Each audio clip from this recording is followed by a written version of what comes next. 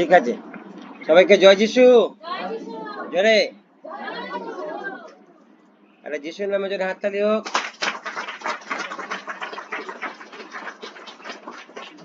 বাবু ধন্যবাদ। আজকে আমাদের উপবাস প্রার্থনা আছে, আর আজকের বিষয়টা আমরা দেখব যে ঈশ্বর কখন প্রার্থনা শোনে না। আজকে এই বিষয়ের উপর আমরা আলোচনা করব। ঈশ্বর কখন প্রার্থনা শোনে না, আজকে এই বিষয়ের উপর আলোচনা করব। ঠিক আছে, তার আগে বলি সবাইকে, মোটামুটি সবাইকে দেখতে পাচ্ছি, দুই একটা মুখ দেখতে পাচ্ছি না। সীতাকে দেখতে পাচ্ছি, সীতা এসছে, কাকার বাড়ি আছে। পারুলকে দেখতে পাচ্ছি না, আর আর বাদ বাকি সবাই দেখতে পাচ্ছি। সাবিত্রীকে দেখতে পাচ্ছি, দিদিভাই এসছে, দিদিভাইকে এসে সব দেখতে পাচ্ছি। দু তিনটা মুখ নতুন মানে পুরাতন দেখতে পাচ্ছি না। ঠিক আছে,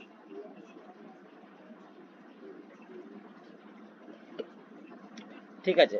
রঘু এখানে ঢুকেছে, রঘু আসেনি কেন? রঘু কেন এখানে? রঘু ঘরে কেন? হ্যাঁ, তোমাদের গ্রামে এসছি, তুমি ঘরে কেন? আচ্ছা, রঘু এখানে আছে। ও, আমি এখানে দেখছি তো। ও, জয়েন করছে। আচ্ছা, দেখো এখানে রঘু চুপ করে বসে আছে, ওখান থেকে নড়াচড়া করছে, মানে এখানে নেটওয়ার্ক প্রবলেম হচ্ছে। ঠিক আছে, আমরা প্রার্থনা করব, তারপর আজকের বিষয় আমরা দেখব। আজকের বিষয় কি বললাম? ঈশ্বর কখন প্রার্থনা শোনে না। ঠিক আছে, এই বিষয় নিয়ে আলোচনা করব। প্রার্থনা করি। সৃষ্টিকর্তা পিতা, তোমাকে ধন্যবাদ দিই। ধন্যবাদ পিতা, তুমি নিরাপদে নিয়ে এসছো প্রভু, সুস্থ সবল রেখেছো। ধন্যবাদ দিই প্রভু, তুমি আরেকবার তোমার পরিবারের সাথে মিলিত করেছো। যতজন ভাই বোন এসেছে পিতা, প্রত্যেকে তোমার কাছে রাখছি পিতা। আজকে যে আমরা যে বাক্য আজকে আলোচনা করবো পিতা, সেই বাক্যের মধ্যে দিয়ে প্রত্যেকের সাথে কথা বলো। আর তুমি এখানে উপস্থিত বিশ্বাস করি পবিত্র আত্মা তুমি আমাদের প্রত্যেকের মধ্যে রয়েছো, তোমার কাজ করছো পিতা। এবং আজ যারা যারা এখানে ব্যক্তি অব্যক্তি যা কিছু প্রার্থনা নিয়ে এসেছে, প্রত্যেকটা প্রার্থনার উত্তর তুমি দাও আজকের বাক্যের মধ্যে দিয়ে। আর আজকে আমরা যে কারণে উদ্দেশ্যে একত্রিত হয়েছি পিতা, সেই উদ্দেশ্যকে সফলতা করো যীশু খ্রিস্টের নামে। তোমার মণ্ডলী পিতা, তুমি মস্তক, আর তুমি মস্তক স্বরূপ কাজ করো যীশু খ্রিস্টের নামে। দয়া করো, করুণা করো। শুনলে প্রার্থনা যীশু নামে চাই, আমেন। জোরে আমেন।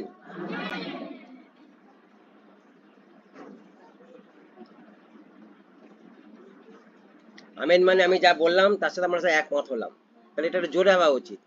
আমেনটা আসতে হলে পরে, তাহলে কোনো একটা জায়গায় সন্দেহ থেকে গেছে। না, এখানে একমত, আমরা একমত। একমত মানে সবাই মিলে মেলবো আমেন, তাই তো?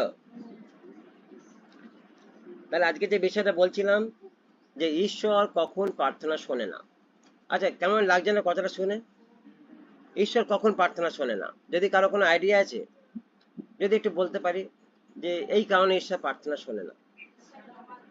হ্যাঁ হ্যাঁ, ঈশ্বর অবাধ্য হলে ঈশ্বর প্রার্থনা শোনে। আচ্ছা, একটা দিদিভাই একটা রিজন দেখিয়েছে, টুম্পা বলো, বাকি কেউ?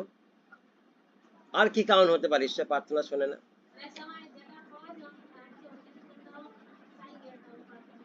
আচ্ছা, অনর্থক ভাবে চাইলে ঈশ্বর প্রার্থনা শোনে না। আচ্ছা ঠিক আছে, এটাও একটা যুক্তি সহ আছে।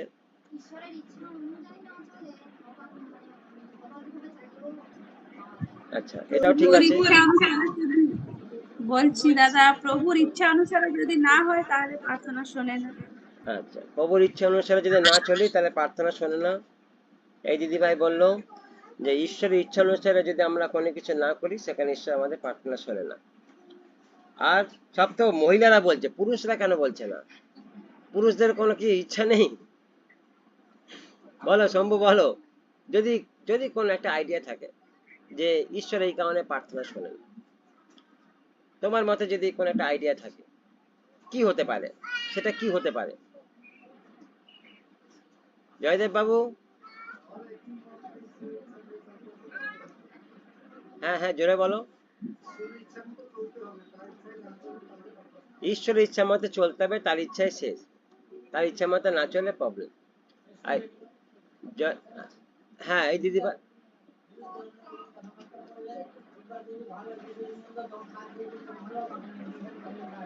কি কি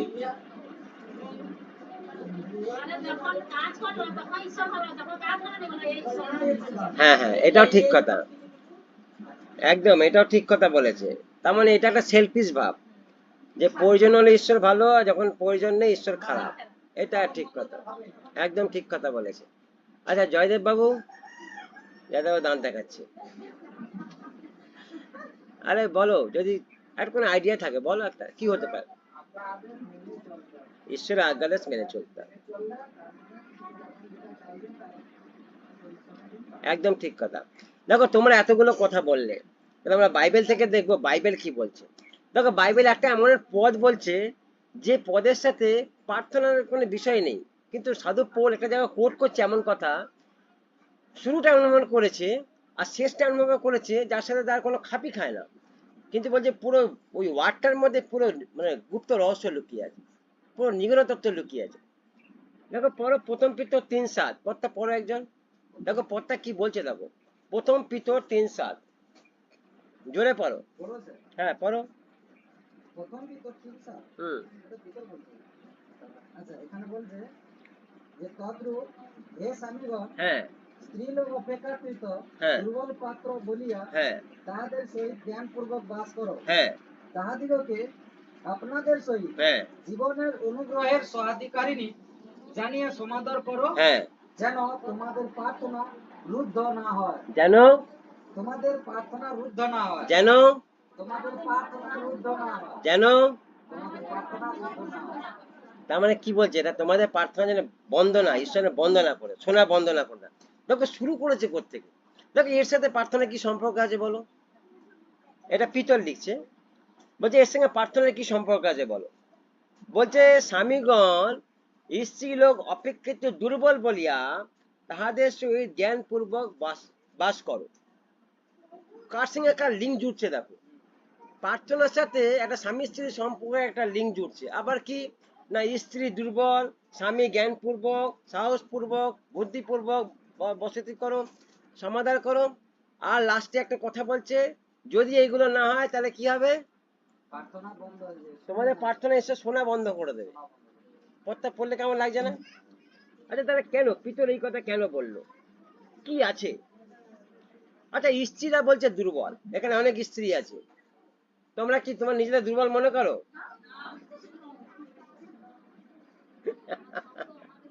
আচ্ছা অনলাইনে কোন স্ত্রী আছে বলো, তোমরা কি নিজেদের দুর্বল মনে করো? তোমাদের কি বক্তব্য বলো, তোমরা নিজেদের দুর্বল মনে করো? দেখো এখানে বলছে স্ত্রী দুর্বল বলছে, তোমরা কি নিজেদের দুর্বল মনে করো? আরে বলো, তোমাদের জিজ্ঞেস করছি। সুপর্ণা টুডু বলো, পানাগড় থেকে। বলছে না, বলুন বলুন।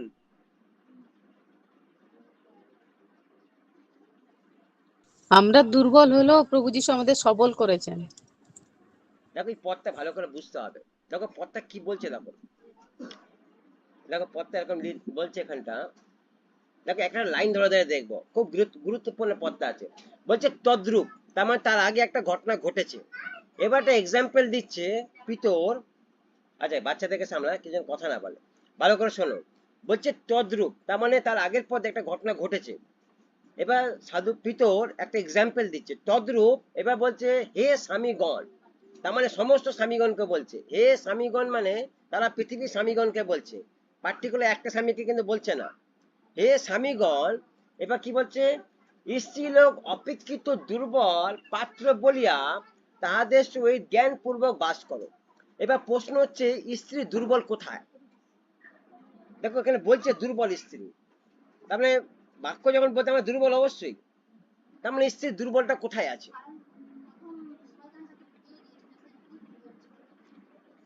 তার মানে কি রকম দুর্বল, মানে বাইবেলে তাকে কিভাবে দেখাচ্ছে?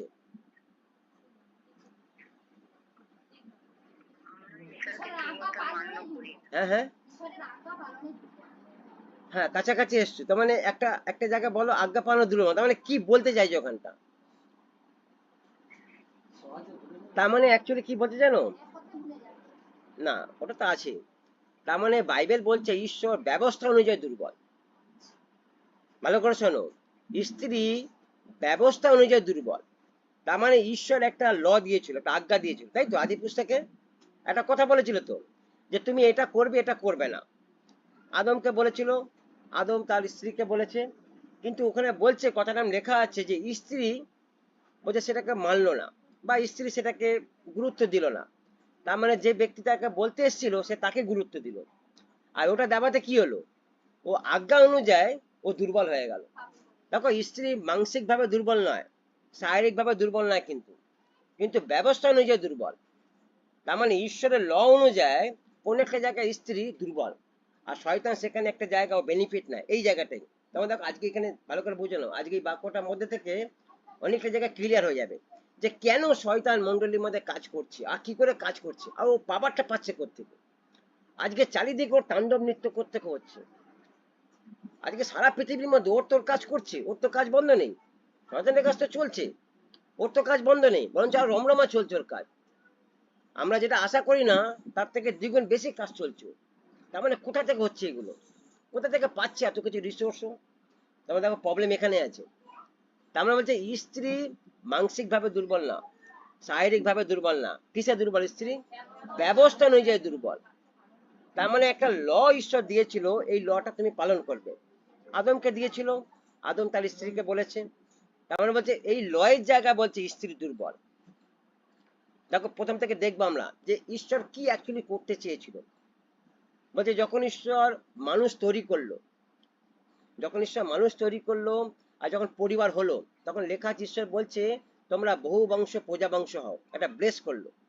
তার মানে বহু বংশ প্রজা বংশ কিসে? মাংসিকে না, ওটা আত্মিক বলেছে, ঈশ্বরের পরিবার। তার মানে ঈশ্বর তার একটা পরিবার তৈরি করতে চাইছিল সারা পৃথিবীর মধ্যে, যে পরিবার তিনি স্বর্গে তৈরি করেছিলেন, আর যে পরিবারটাকে একজন নষ্ট করে দেওয়ার চেষ্টা করেছিল। সেই জন্য সেই আবার একই প্ল্যান ঈশ্বর পৃথিবীতে করলেন, যে আমি যেটা করতে চেয়েছিলাম ওটা ভেসে গেছে, তো নষ্ট হয়ে গেছে, আমি একই প্ল্যান করব, মানুষের মধ্যে থেকে করব। আর তিনি মানুষকে তৈরি করে ব্লেস করলেন, প্রজা বংশ বহু বংশ হও। তার মানে উদ্দেশ্য ছিল ঈশ্বরের পরিবার।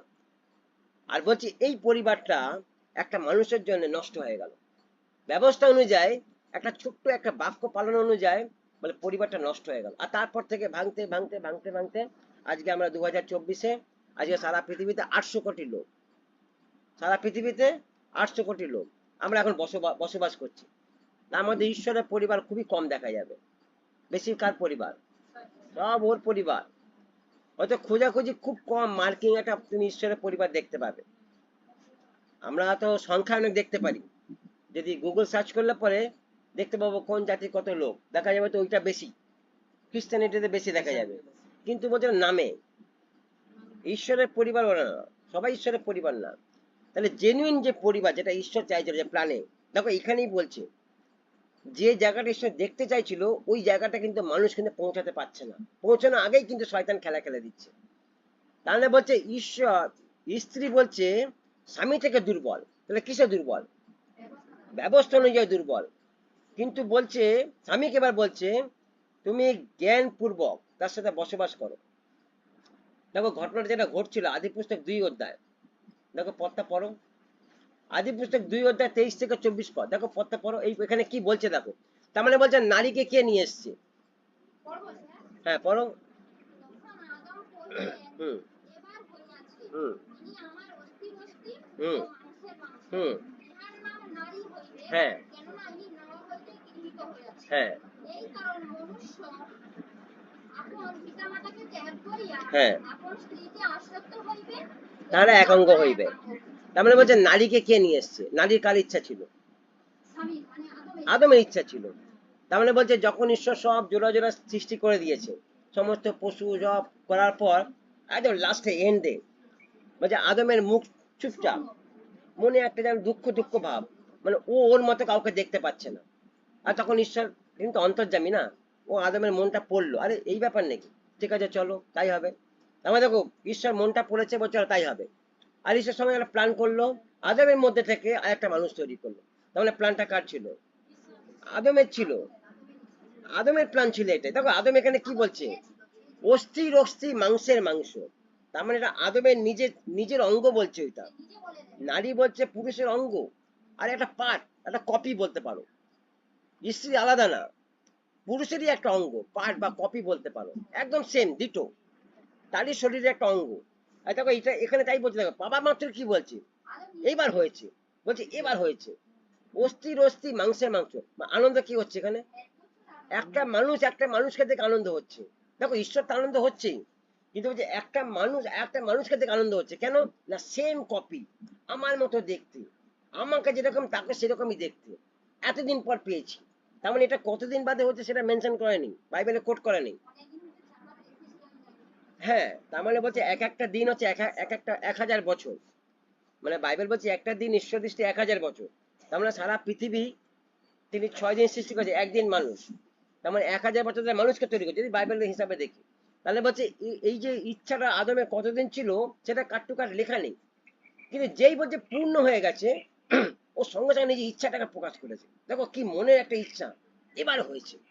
মানে এটা এইভাবে কথাটা এইভাবে বলছে, কিন্তু ওই সময় ইমেজটা তুমি চিন্তা করো যে আদম সবসময় মানে বাঘ, সিংহ, হাতি, ঘোড়া, মেবি যত পশু ছিল সবার সঙ্গে ঘুরে বেড়াচ্ছে, কিন্তু ওর মতো কাউকে দেখতে পাচ্ছে না। আর ওর মধ্যে একটা যেন একটা সূক্ষ্ম একটা, যদি একটা এরকম মানুষ পেতাম, যদি এরকম একটা আমার মধ্যে পেতাম, তাহলে আমিও দুটো কথা মনের কথা বলতে পারতাম। মেবি তখন তো জানি না তারা কি ভাষায় কথা বলতো, তাহলে সবাই সবার ভাষা বুঝতো, এটা 100% শিওর। জন্তুর ভাষা মানুষ, মানুষের ভাষা জন্তু বুঝতে পারতো। দেখো বুঝতে পারে বলে এখন মানুষ জন্তুকে কন্ট্রোল করতে পারে, আছে তাই তো? কুকুরকে মানুষ বশে করতে পারে তো, পশুদেরকে বশে করে না? কি করে বশে করে? তার মানে তখন ছিল বিষয়টা। তার মানে এখন মানুষের কাছে অথরিটিটা আছে, যে মানুষ জন্তুকে বশে করতে পারে, যে কোনো পশুকে বশে করতে পারে, মানুষের কাছে অথরিটি আছে। এমনকি বাঘকেও বশে করতে পারে। দেখবে আমাদের আরব কান্ট্রিতে লোকেরা বাঘ পোষে, আরে বড় বড় বাঘ, তুমি ইউটিউবে সার্চ করে দেখতে হবে, একদম মানে হাইট দেখলে মাথা খারাপ হয়ে যাবে। হ্যাঁ, 6 ফুট 7 ফুট লম্বা হাইট একটা বাঘ। আর ওদের ঘরে থাকে, কুকুর বিড়াল যেমন থাকে আমাদের ঘরে, ওদের ঘরে বাঘ থাকে। ওরা বাঘ পোষে। তুমি চিন্তা করো, মানুষের বাঘ আছে, একসাথে ঘুমাচ্ছে ওরা, কিন্তু ওদের কামড়াও না, খায়ও না। সাপকেও পোষে। তার মানে মানুষকে সব রকম ক্ষমতা দেওয়া হয়েছে, অথরিটি দেওয়া হয়েছে। তুমি পৃথিবীকে বলছে কন্ট্রোল করো, রুল করো, তাই তো বলেছে। তুমি কর্তৃত্ব করো, তাহলে কর্তৃত্ব কিসের উপরে? সমস্ত কিছুর উপরে, এভরিথিং, সমস্ত কিছুর উপরে, সমস্ত কন্ট্রোল মানুষের হাতে আছে। তাহলে মানুষ যদি ইচ্ছা করে তাহলে কন্ট্রোল নিতে পারে। তাহলে বলছে মানুষ ইচ্ছা করছে না কেন? তাহলে প্রথম জায়গাটা গন্ডগোল হয়ে গেছে। এবার দেখো এখানে বলছে যে মানুষ মানুষকে দেখে খুশি হচ্ছে কেন? কারণ মানুষের একটা মনের একটা ভাব আছে, যেটা পশুর সাথে খাপ খায় না, আর যেটা পশুর সাথে মেলে না, কখনই মিলতে পারে না। পশুর চেহারা মানুষের চেহারা এক নয়, পশুর মনের বিষয় মানুষের মনের মধ্যে এক নয়, এটা কখনো হতে পারে না। তাহলে মানুষের সাথে মানুষেরই একটা খাপ খাবে। তাহলে যেই ঘটনাটা ঘটেছে, আদম সঙ্গে সঙ্গে একটা উচ্চকিত প্রকাশ করেছে যে অস্থির অস্থি মাংসের মাংস এবার হয়েছে। এবার হচ্ছে আদমই নাম রাখলো। কে নাম রেখেছে? হ্যাঁ, নারীর নাম কে রেখেছে? আদমই নাম রেখেছে, আদমই রেখেছে, বলছে নারী। হ্যাঁ, আর এখানে কি বলছে? তারপরে একটা কথা বলছে যে কারণ মনুষ্য আপন পিতা মাতাকে ত্যাগ করিয়া স্ত্রীতে আসক্ত হবে, এটা একটা অন্য বিষয় চলে যাচ্ছে, তারা এক অঙ্গ হইবে। তাহলে বলছে রিজনটা যেটা বলছে, এটা যেটা পড়ছিলাম, যে স্ত্রী বলছে অপেক্ষা দুর্বল, স্বামী অপেক্ষা স্ত্রী দুর্বল বলছে। তাহলে স্ত্রী দুর্বল কোথায়? বলছে ব্যবস্থায় দুর্বল। দেখো এটা আমরা প্রথম বইটা পড়লাম, আদি পুস্তক প্রথম বই পড়লাম। এবার দেখো শেষ বই কি বলছে, দেখো পুরনো নিয়মের শেষ বই কি? মালাকি। তাহলে বলছে মালাকি, দেখো মালাকিতে কি বলছে দেখো, মানে সব লাস্ট বইতে ঈশ্বর ওখানে গিয়ে কিছু কথা বলছে। দেখো মালাকি 2 অধ্যায় 14 থেকে 16 পদ, দেখো ওখানে পড়ে, দেখো কি বলছে দেখো। দেখো শুরুটা কি দেখলাম, আনন্দ দিয়ে শুরু দেখলাম তো শুরুটা। হ্যাঁ, এবার শেষটা দেখো কিরকম আছে, দেখো পড়ো দেখো। হ্যাঁ, হ্যাঁ, হুম,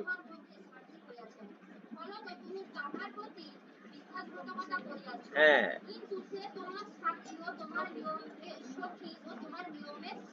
হ্যাঁ, হ্যাঁ, হ্যাঁ, হ্যাঁ, পড়ো 16 পদ্ধতি পড়ো। হ্যাঁ, হ্যাঁ, হ্যাঁ, হ্যাঁ,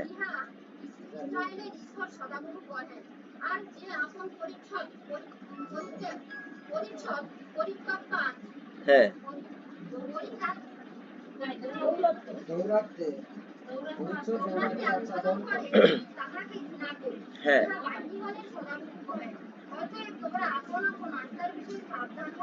সংসারিতা করবে। দেখো 14 থেকে 16 পদের মধ্যে কয়েকটা পয়েন্ট বলছে। বলছে কি ছিল, হবা কি ছিল আদমের, কিসের স্ত্রী বলছে, এখানে কিসের স্ত্রী বলছে, এখানে পড়লে না না নিয়মের স্ত্রী বলছে, তাই তো লেখা আছে এখানে, হ্যাঁ, তোমার সখী তোমার নিয়মের স্ত্রী। তার মানে হবা কি ছিল আদমের, ব্যবস্থা। হ্যাঁ, বলছে লয় অনুযায়ী তার স্ত্রী ছিল। তার মানে ঈশ্বর মানে বাইবেল বলছে যে পৃথিবীতে যে প্রথম বিবাহ, এই পৃথিবীতে প্রথম বিবাহ ঈশ্বর নিজে দিয়েছে, স্বামী স্ত্রী, বা তাদের নিয়ম অনুযায়ী বা একটা স্ত্রী স্বামী স্ত্রীর সম্পর্ক ঈশ্বর একটা জ্ঞান করেছেন। আর কি বলছে, তিনি কি একমাত্র গড়েননি, একমাত্র তোমার জন্য কি একমাত্র গড়েনি, তাহলে একমাত্র থাকার পরও তুমি আমার দ্বিতীয়ত কোনো তোমার চোখ কেন যাচ্ছে, দেখো এখানে পরিষ্কার বলে দিচ্ছে। আমার তোমার জন্য যে একমাত্র ঈশ্বর ঠিক করে রেখেছে, সবার জন্য একমাত্রই দরকার, যেখানে দ্বিতীয় কপি থাকবে না বা দ্বিতীয় জিনিস থাকবে না। তার মানে বলছে গন্ডগোলটা কোথায় ছিল, শুরুতেই গন্ডগোল ছিল। তার মানে আদম কোনোদিন সেই জায়গাটা বুঝতে পারেনি। আদমের ইচ্ছা ছিল যে তার মধ্যে একটা মানুষ হোক, আমার কাছে আসুক, কিন্তু আদম কোনোদিন সেই সম্পর্কটা ভ্যালু বোঝেনি, বা আদম কোনোদিন তার স্ত্রীর মর্যাদার জায়গাটা বুঝতে পারেনি। আর সেই জন্য বলছে থার্ড পার্সন, সেই জন্য বলছে তৃতীয় ব্যক্তি পরিবারের মধ্যে ঢুকে যাচ্ছে। ভালো করে শোনো তোমরা, সেই জন্য বলছে প্রত্যেক পরিবারের মধ্যে তৃতীয় ব্যক্তি ঢুকে যাচ্ছে। আর ও ঢুকে কি করছে, স্বামী স্ত্রীকে আলাদা করে দিচ্ছে, স্ত্রী একরকম হয়ে যাচ্ছে, স্বামী একরকম হয়ে যাচ্ছে, তাদের মধ্যে একটা বিচ্ছেদ তৈরি করে দিচ্ছে। কারণ তারা এই সম্পর্কের ভ্যালুটা বুঝছে না। তারা এর যে স্বামী স্ত্রী একটা জায়গা যেটা ঈশ্বর মাঝখানে থেকে করেছিলেন, সেই জায়গা সেই ভ্যালু বুঝছে না। আর এটা আদমে বুঝতে পারেনি, প্রথম থেকেই গন্ডগোল ছিল। আদম বুঝতে পারেনি বলে থার্ড পার্সন ঢুকে গেছিল, জন্য না শয়তান ঢুকতে পেতো না। যদি আদম প্রথম থেকেই যদি হবাকে স্ট্রিক্টলি বলতো, যদি তোমার সাথে কেউ কথা বলতে আসে তুমি আমার উপর ছেড়ে দেবে, তুমি কথা বলবে না, প্রবলেমটা এখানটাই। যদি আদম প্রথম থেকে হবাকে বলতো না যে যদি তোমার সাথে কেউ কোনো কথা বলতে আসে তুমি আমার উপর ছেড়ে দেবে, আমাকে দেবে, আমাকে বলে আমার স্বামী জানে, আমি জানি না কিছু, যে কোনো বিষয়ে কথা হোক, তাহলে বলতো ঘটনাটা যেত না, জলটা এতদূর গড়াতো না। কিন্তু হবা কি করলো, ও নিজে ডিসিশন নিল। যখন কথাগুলো বলছিল হবা কি করছিল, বলছে না না ঈশ্বর এরকম বলেনি, তবে এরকম বলেছে। ও তো বলতে পারতো আমি জানি না, আমার স্বামী জানে, পরিষ্কার বলে ঝামেলা মিটে যেত তো। হ্যাঁ, যখন শয়তান ধরছিল ও কিন্তু সেটা করেনি, কিন্তু ও কি করেছে, ও স্বামীকে দূরে রেখেছে, ও নিজে কর্তৃত্ব করছিল। বুঝতে পারছো প্রবলেমটা কোথায়, তাহলে প্রবলেমটা কোথায় বুঝতে পারছো। তার মানে বলছে ঈশ্বরের রাজ্যে একটা সিস্টেম আছে, ঈশ্বরের মন্দিরে একটা সিস্টেম আছে, ঈশ্বরের বাক্যের একটা সিস্টেম আছে। যে কেউ ওই সিস্টেম যদি ব্রেক করে, ওই লো যদি ব্রেক করে, তাহলে ঈশ্বর বলছে ওই জায়গাটা বিপক্ষকে পাঠিয়ে দেবে। বিপক্ষকে দিয়াবল। তার মানে বলছে কোন একটা জায়গা, মেবি কোন একটা জায়গা মানুষের মধ্যে নলেজ আছে, জ্ঞান আছে, বুদ্ধি আছে, সবকিছু আছে, পরিশ্রম আছে, জোর আছে, মানে কষ্ট করে পরিশ্রম করে খাটছে, কিন্তু সিস্টেমটা নেই। সিস্টেমটা নেই বলে আজকে দেখো স্ত্রীও খাটছে স্বামীও খাটছে, দুজনেই খাটছে, কিন্তু পয়সা দেখতে পাচ্ছে না। আছে তো পরিমাণে এরকম, হ্যাঁ, দুজনে পরিশ্রম করছে, সকাল থেকে রাত অব্দি পরিশ্রম করে যাচ্ছে, কিন্তু অভাব মিটছে না, অভাব থেকে যাচ্ছে, বাচ্চাদের প্রবলেম মিটছে না, থেকে যাচ্ছে। প্রত্যেকটা জায়গা, প্রত্যেকটা ঘরে, প্রত্যেকটা পরিবার মধ্যে কম বেশি কিছু না কিছু প্রবলেম আছে, নেই বলতে পারবো না, কারোর বেশি আছে কারোর কম আছে, কিন্তু আছে। তাহলে কেন, এবার আমরা প্রার্থনা তো করছি, করছি না প্রার্থনা, খ্রিস্ট পরিবার প্রার্থনা করছি তো। হ্যাঁ, প্রভু আমার অভাব দূর করো, প্রভু আমার স্বামীকে ঠিক করো, প্রভু আমার স্ত্রীকে ঠিক করো, প্রভু আমার বাচ্চাকে ঠিক করো, করছি না প্রার্থনা, আরে করছি তো। তাহলে ঈশ্বর কি বলছে, যদি এরকম বিষয় থাকে তাহলে কি বলছে, তোমার প্রার্থনা শুনবো না। আমি কদিন আগে বলছিলাম যে প্রত্যেক স্বামীকে, আমি বলেছিলাম যে প্রত্যেক স্বামীকে মেয়েদেরকে রেসপেক্ট করা উচিত, প্রত্যেক পুরুষকে নারীদেরকে সম্মান দেওয়া উচিত, নারীদেরকে রেসপেক্ট করা উচিত। কারণ নারী হচ্ছে পুরুষের কপি, নারী আলাদা না। আর নারী কোথাও হাওয়া থেকে উড়ে আসেনি, তারই শরীরে একটা অংশ। বলছে যখন বিবাহ হয় তখন সেখানে কিছু চুক্তি হয়, হয়তো যখন বিবাহ হয় কার ফোন কাঁদছে? কান্নাকাটি বন্ধ করে দাও।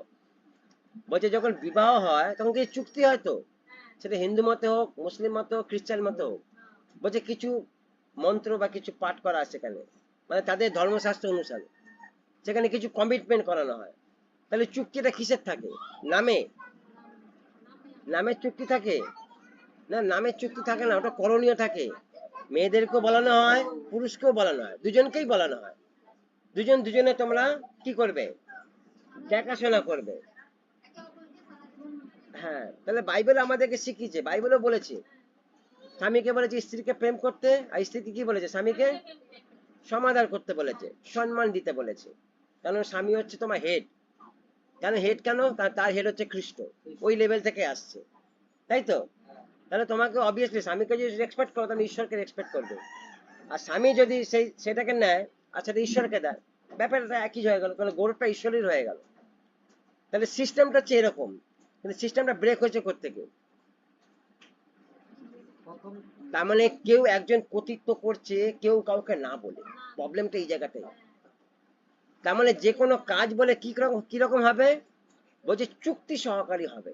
যখনই বাড়িতে কোনো কিছু হচ্ছে, স্বামী স্ত্রী এক জায়গায় বসো, যে কোনো বিষয় হোক, ছোট বিষয় হোক, বড় বিষয় হোক, একসাথে বসে আলোচনা করো। বাড়িতে এই প্রবলেম আছে, দুজনের কথা মতো একসাথে হবে, কেউ আলাদা ডিসিশন নেবে না। স্ত্রী একটা আলাদা ডিসিশন নিয়ে এলো, স্বামী একটা আলাদা এরকম না। সেটা বাচ্চাদের বিষয় হোক, পরিবারের বিষয় হোক, সমাজের বিষয় হোক, অর্থের বিষয় হোক, একসাথে বসো, বসে একটা চুক্তি করো। এই বিষয় হয়েছে, আমরা কি করব বলো। আজ একটা একটা সিদ্ধান্ত হলো, এইবার সিদ্ধান্ত প্রভুর কাছে ফেলে দাও। এটা দেখো প্রভু দেখে, এটা প্রভু পছন্দ করে। দেখো এখানে সেটাই বলছে, স্ত্রী স্বামী অপেক্ষা দুর্বল। তাহলে স্বামীকে কি বলছে? জ্ঞানপূর্বক তার সাথে বসতি করো বলছে তো, ছেড়ে দিতে বলছে না তো। কি বলছে? বলছে বসতি পড়ো, বলছে জ্ঞানপূর্বক। তার মানে যে দুর্বল, স্বামী তো সবল বলছে, স্বামীকে সবসময় সবলই বলেছে, কিন্তু এখন কেস উল্টো হয়ে গেছে, শয়তান পুরো পিকচারটা ঘুরিয়ে দিয়েছে, তাই তো? দেখেছো কিরকম শয়তান খেলা, দেখেছো কিরকম? বাইবেল কিন্তু স্বামীকে সবল বলছে, কিন্তু শয়তান পুরো পিকচারটাই ঘুরিয়ে দিয়েছে। দেখো মন্ডলীতে দেখো স্বামী কটা আছে? হ্যাঁ, গোনাগুনতি পুরুষ কজন? একজন, দুজন, চারজন, পাঁচজন, ছজন। এখানে তিনজন, নজন। বাকি বাকি এখানে 30-40 জন তো মহিলাই দেখতে পাচ্ছি।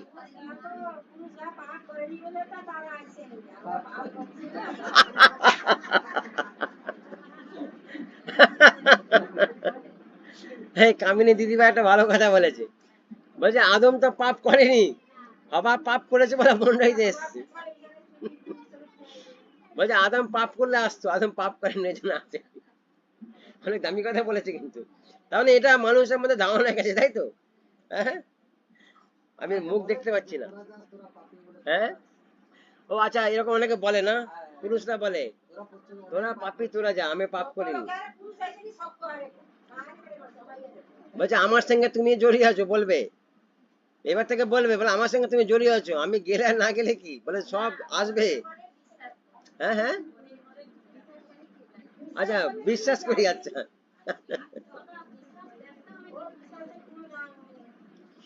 তার মানে দেখো খেলাটা কি খেলেছে, দেখো শুরুটা কিন্তু এরকম ছিল না। শুরুটা বলছে হেডশিপ, বলছে সবসময় স্বামী এখনো হেডশিপ, পরিবারের হেড কিন্তু এখনো স্বামী। আর স্ত্রীকে, স্ত্রী কি নাম দিয়েছে? সাহায্যকারিণী। বাইবেলে বলছে স্ত্রী সাহায্যকারিণী, স্বামীর হেল্পার। স্বামীর যেখানে দেখো, তাই তো স্ত্রী তাই তো করে। স্বামী বাইরের কাজ করে, স্ত্রী কি ঘরের কাজ করে, কিন্তু বেশি কাজ কে করে? স্ত্রী বেশি কাজ করে, স্বামী বেশি কাজ করে না। স্ত্রী ডিউটি কতক্ষণ? 24 ঘন্টা। একটা মহিলা ডিউটি কতক্ষণ? মহিলা 24 ঘন্টাই কাজ করে। আরে মায়েরা কি কাজ করে? সকাল থেকে ঘুম থেকে করে ভোরবেলা উঠে রাত অব্দি মায়েদের ডিউটি চলছে। মায়েদের ডিউটি কি শেষ আছে বলুন তো? হ্যাঁ, রান্না বান্না, ঘর ঝাড়া বা পরিষ্কার, বাসন মাজা, এই ওই চলছে, সবসময় নন স্টপ চলছে। দুপুরে তো কোনো ক্রমে 1-2 ঘন্টা একটু রেস্ট নেয়, তারপর থেকে আবার শুরু হয়ে যায়, তাই তো? হ্যাঁ, মায়েদের তাই তো ডিউটি। তাহলে বলছে মায়েদের 24 ঘন্টা ডিউটি। মায়েদের ডিউটি ওই 8 ঘন্টা 9 ঘন্টা না। পুরুষের ডিউটি আছে 12 ঘন্টা, একটা পুরুষ 12 ঘন্টা ডিউটি করে, কিন্তু মায়েরা, আরে বাস্তব কথা বলছি, মায়েরা 24 ঘন্টা ডিউটি করে। তাহলে বেশি পরিশ্রম কে করছে? মায়েরাই করছে।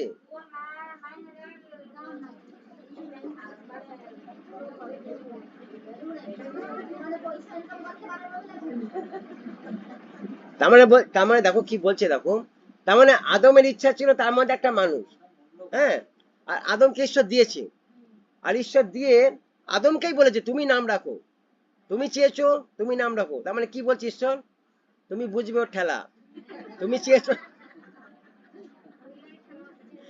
তুমি চেয়েছো তুমি বুঝবে, আমি বুঝবো না। সে স্বইচ্ছা বুঝতে পারছো? স্বাধীনতা। তার মানে ঈশ্বর তো প্রথমে ঠিকই সিঙ্গেল তৈরি করেছিল, আর ঈশ্বর দিত, আদমকে দিত, ঈশ্বর ঈশ্বর আদমকে নাড়িয়ে দিত, কিন্তু ঈশ্বর ঈশ্বরের মতোই দিত, দিত 100% দিত, ঈশ্বরের প্ল্যান তো এরকম ছিল না, কিন্তু আদমের একটা জায়গার জন্য ঈশ্বর ওটা করলো। তাহলে বলছে অ্যাকচুয়ালি ঈশ্বর বলতে চাইছে তুমি চেয়েছো তুমি বোঝো, এসব ব্যাপার আমাকে ঢোকাবে না। তাহলে ঈশ্বর একটা একটা ল বেঁধে দিয়েছে। কি ল বেঁধেছে, তোমরা যা কিছু করো একসাথে করো। এখানে আদম কি বলছে, আমার অস্থির অস্থি মাংসের মাংস, আমার শরীরের অংশ, তাহলে তোমাকে বাদ দিয়ে আমি কিছু করতে পারবো না, হিসাবটা তাই বলে, ল তো তাই বলছে। যদি আদম তাই বলে থাকে যে হবা আমার অস্থির অস্থি মাংসের মাংস, তাই আমি তোমাকে বাদ দিয়ে কিছু করতে পারবো না, তাই তো হিসাব বলে। তাহলে আজকে সেই একই সিস্টেম আছে, একই প্রিন্সিপাল আছে, স্ত্রী স্বামীকে ছাড়া কিছু করতে পারবে না, স্বামী স্ত্রীকে ছাড়া কিছু করতে পারবে না। এটা কি আছে কে, কি চাইছো, এই কি আছে, কি চাইছিস তুই, চুপ করে বস। তাহলে দেখো এখন শয়তান কি খেলা খেলেছে, দেখো দেখো কেন এটা হয়েছে। তার মানে বলছে কোন একটা জায়গা কেউ কর্তৃত্ব নিতে চাইছে, কোন একটা জায়গা কেউ কর্তৃত্ব নিতে চাইছে, নয় স্বামী নয় স্ত্রী। তাহলে বলছে বেশিরভাগ জায়গায় স্ত্রী কর্তৃত্ব নিতে চায়, বেশিরভাগ জায়গায় তোমাদেরকে বলছি, বেশিরভাগ জায়গা স্ত্রী কর্তৃত্ব নিতে চায়। তার কারণ, কারণ স্ত্রী দুর্বল বলছে, দেখো এটাই বলছে, ওই কারণেই বলছে স্ত্রী দুর্বল, স্ত্রী বোঝে না বিষয়গুলো। কিন্তু বলছে যে বোঝার কে বোঝে, স্বামী বোঝে তো। তাহলে বলছে যে খুব ভালো কথা, তাহলে একসাথে একসাথে বসেই বুঝি না, আলাদা কেন বুঝবো, আলাদা কেন বুঝতে যাব, যখন একসাথে আছি একই ছাদের নিচে আছি, তাহলে একসাথে বসেই বুঝি না, তাহলে তো ঝামেলা মিটে গেল। আচ্ছা তুমি নেশা করো, মদ খাও, আর একসাথে বসে কথা বলবে, এসো বাড়িতে বসেই বাড়িতে বসেই আমরা আলোচনা করব। হ্যাঁ, তুমি নেশা করো মদ খাও, তো বলো তোমার কি প্রবলেম, কি অবস্থা বলো, তুমি কি নেশা ছাড়তে পারছো না, কি অবস্থা, কি হয়েছে কি। এবার নিশ্চয় কিছু একটা বলবে তো, তোকে ভালো লাগে না, যা, তোকে পছন্দ করি না, তুই এরকম তুই এরকম এরকম তো অনেক জায়গায় চলছে তো। হ্যাঁ, বাস্তব কথা বলছি, বেশিরভাগ ক্ষেত্রে এটাই হয়। হ্যাঁ, আচ্ছা কেন ভালো লাগে না, কি প্রবলেম, সেখানে দুটো চড়তে মেরেই দিল সঙ্গে সঙ্গে কথা বলতে গিয়ে। আর তাই তো হয়, একটা একটা মুড়ো বার করে একটা মাথা দিয়ে দিল ধাম করে একখানা, হ্যাঁ হ্যাঁ, বা একটা ঝেঁটা তুলে দুটো ঝেঁটাই মেরে দিল, হয় না এরকম। আরে বাস্তব কথা বলছি, বলছে সহ্য করো কিন্তু বসে কথা বল। দেখো ভালো করে শোনো, দেখো আদম হবাকে চেয়েছিল, হ্যাঁ, তাহলে তোমার স্বামী তোমাকে বিয়ে করে ঘরে নিয়ে গেছে, তো তুমি তো যেছো তার গলা তো পড়তে যাওনি, গেছো কি, নাকি বলেছো আমাকে স্বয়ং তোমাকে নিতে হবে বিয়ে করে, এরকম বলেছে নাকি? তাহলে ও তোকে তোমাকে যখন বিয়ে করে নিয়ে গেছে, তা ওর পর তোমার তো একটা অধিকার আছে, আছে তো অধিকার, তা তুমি অধিকার ছাড়বে কেন, তুমি অধিকার ছাড়বে কেন? মানছি তোমার স্বামী বদ আছে, তোমার স্বামী মাতাল, তোমার স্বামী চিটিং বাজ, মানছি বেবি অনেক কিছু হতে পারে, তোমার স্বামী দুষ্টমি করছে, মারামারি করে ঝগড়া করছে, কিন্তু অধিকার তো তোমার আছে, যতদিন বেঁচে আছো অধিকার তো আছে। না না না, ওরকম না, অধিকার আছে, আলোচনাও আছে, অধিকার আছে আলোচনাও আছে, আলোচনা থাকবে, কথাবার্তা থাকবে, কথাবার্তা তো বন্ধ হবে না, কি কথাবার্তা বন্ধ হবে? হ্যাঁ, তোমাদের খাবার চায় না, এসে মারার পর খাবার তো চায়, এই খেতে দে বলে না, তুমি কি বলো, যাও তোমার কথা শুনবো না, তুমি বলো, তুমি খাবার বার করে দাও না, দাও কি দাও না? হ্যাঁ, তাহলে বলছে যে একটা জায়গা, তোমরা সবসময় কিন্তু একটা জায়গায় হেল্পারের কাজ করছো, তাহলে বলছে এই জায়গাগুলো হেল্পারের কাজ কেন হবে না, প্রবলেমের জায়গাগুলো, প্রবলেমের জায়গাগুলো কেন মিটবে না? আজকে বাড়িতে প্রবলেম আছে, প্রত্যেক বাড়িতে আছে, তাহলে বলছে একসাথে বসে আলোচনা কেন করছো না? সমস্ত জায়গা বলছে একসাথে বসে আলোচনা করো, ছেড়ে দিও না, হার হার মেনো না। যদি স্বামী দুষ্টু হয়, বাজে হয়, বদ হয়, হতে পারে, কারণ সমাজের চারিদিকে তো খারাপ, সমাজটা ভালো কিছু নেই, সঙ্গতি খারাপ থাকতে পারে, সঙ্গতিতে পরে স্বামী খারাপ হয়ে গেছে, তারপরে তুমি ছেড়ে দেবে নাকি? তারপরে তুমি ছেড়ে দেবে? কখনোই ছাড়বে না, কারণ তোমার একটা অধিকার আছে। এই অধিকার থেকে তুমি কখনোই বেরিয়ে আসতে পারো না। ঈশ্বর তোমাকে অধিকার দিয়েছে, তোমার স্বামীকে তোমার সাথে বসে কথা বলার একটা জায়গা আছে, তুমি রাখবে। হয়তো অশান্তি ঝগড়া হতে পারে, কিন্তু আলোচনা রাখো, বলো কি প্রবলেম আছে, বলো না। এবার দেখো একটা আলোচনার মধ্যে একটা জায়গা বেরোবে। আর এই জায়গাটা যতক্ষণ না হচ্ছে ততক্ষণ একটা মানে সমস্যার সমাধান হচ্ছে না, কারণ বেশিরভাগ জায়গায় আলোচনা কেউ বসতে চায় না। দেখো ব্যক্তিগত পরিবারগত প্রার্থনা আমার তো থাকে, লিস্ট আমার কাছে আছে, আমাদের প্রতিদিন করি, কিন্তু মানুষের নাম ধরে প্রার্থনা করতে পারি না, পরিবারগতভাবে প্রার্থনা করি।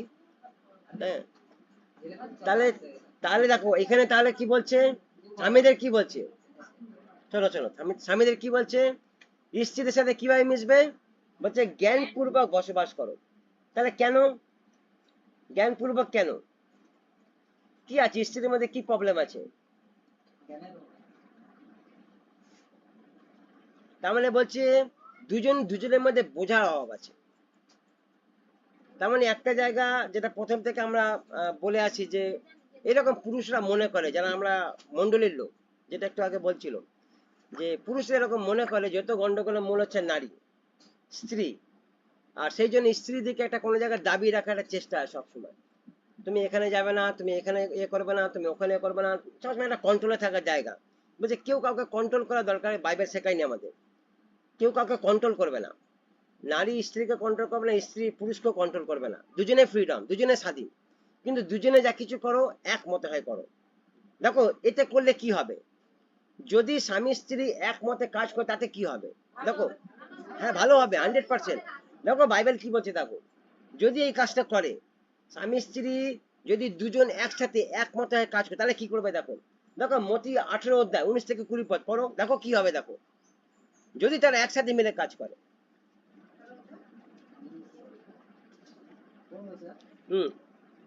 মতি 18 অধ্যায় 19 থেকে 20 পদ পড়ো, দেখো। আবার আমি তোমাদিগকে সত্য কহিতেছি, হ্যাঁ পৃথিবীতে তোমাদের দুইজন যাহা কিছু যাত্রা করিবে, হ্যাঁ সেই বিষয়ে যদি এক চিত্ত হয়, হ্যাঁ তবে আমার স্বর্গস্থ পিতা কর্তৃক তাহাদের জন্য তাহা করা যাইবে। হ্যাঁ কেননা যেখানে 2 কি 3 জন আমার নামে একত্র হয়, হ্যাঁ সেইখানে আমি তাহাদের মধ্যে আছি। তাদের মধ্যে থাকি, তার মানে কে থাকে তাদের মধ্যে, আমি মানে ঈশ্বর। ঈশ্বর থাকে। তার মানে কার নামে, ঈশ্বরের নামে। তার মানে যেখানে দুজন, সেখানে বিশ্বাসী হতে পারে, স্বামী স্ত্রী হতে পারে, বা ভাই বোন হতে পারে, দুটো পুরুষের কথা বলছি, আমি এখানে স্বামী স্ত্রীকে ধরছি। স্বামী স্ত্রী যদি এক চিত্ত হয়ে ঈশ্বরের নামে কোনো জায়গায় যদি এক হয়, যে কোনো বিষয় নিয়ে আলোচনা করছে, কথা বলছে, ডিসকাশন করছে, বা তাদের মধ্যে কোনো পরামর্শ করছে, কিন্তু মাঝখানে ঈশ্বর আছে, দুজনে এক চিত্ত হয়েছে, আর ঈশ্বর বলতে আমি থাকবো আর তাদের প্রার্থনা আমি শুনবো। কিন্তু যেখানে স্বামী আলাদা স্ত্রী আলাদা, কেউ কাউকে এক্সপেক্ট করছে না, বলে ঈশ্বরের প্রার্থনা শুনবে না, যতই করো, স্বামী করলেও শুনবে না, স্ত্রী করলেও শুনবে না। তার মানে কেন, কেন ঈশ্বর বলছে এই কথা যে আমি প্রার্থনা শুনবো না? তার মানে পরিবারটা কার, ঈশ্বরের পরিবার। তাহলে ঈশ্বরের পরিবারের মধ্যে শৃঙ্খলা থাকবে না, সিস্টেম থাকবে না, আইন থাকবে না, ল থাকবে না, ব্যবস্থা থাকবে না, একটা ধারাবাহিক থাকবে না, 100% থাকবে। তাহলে বলছে যেখানে নেই, আমরা দুজনে প্রভুকে চিনেছি, আমরা একসাথে আমরা প্রভুর কাছে আমরা এসেছি, কিন্তু বাড়িতে কোন একটা জায়গা আমাদের মনের মিল নেই, তুমি উত্তর আমি দক্ষিণ, আমি কর্তা তুমি দাস, মানে এরকম একটা মনোভাব হয়ে গেছে। বলছে এই মনোভাবে ঈশ্বর থাকবে না, স্ত্রী প্রার্থনা করলে শুনবে না, স্বামী প্রার্থনা করলেও ঈশ্বর ঈশ্বর শুনবে না, বলছে এই প্রার্থনা রুদ্ধ হয়ে যাবে। তাহলে বলছে দুজনের কাজ আছে, স্ত্রীরও কাজ আছে আর স্বামীরও কাজ আছে, দুজনের কাজ দুজনকে করতে হবে। আর এইটা যদি এক চিত্তে করে, বলছে সেখানে ঈশ্বর থাকবে। তাহলে ঈশ্বর কোথায় থাকে, বলছে পরিবারে থাকবে, ওই গৃহেতেই থাকবে। জোরে হাততালি।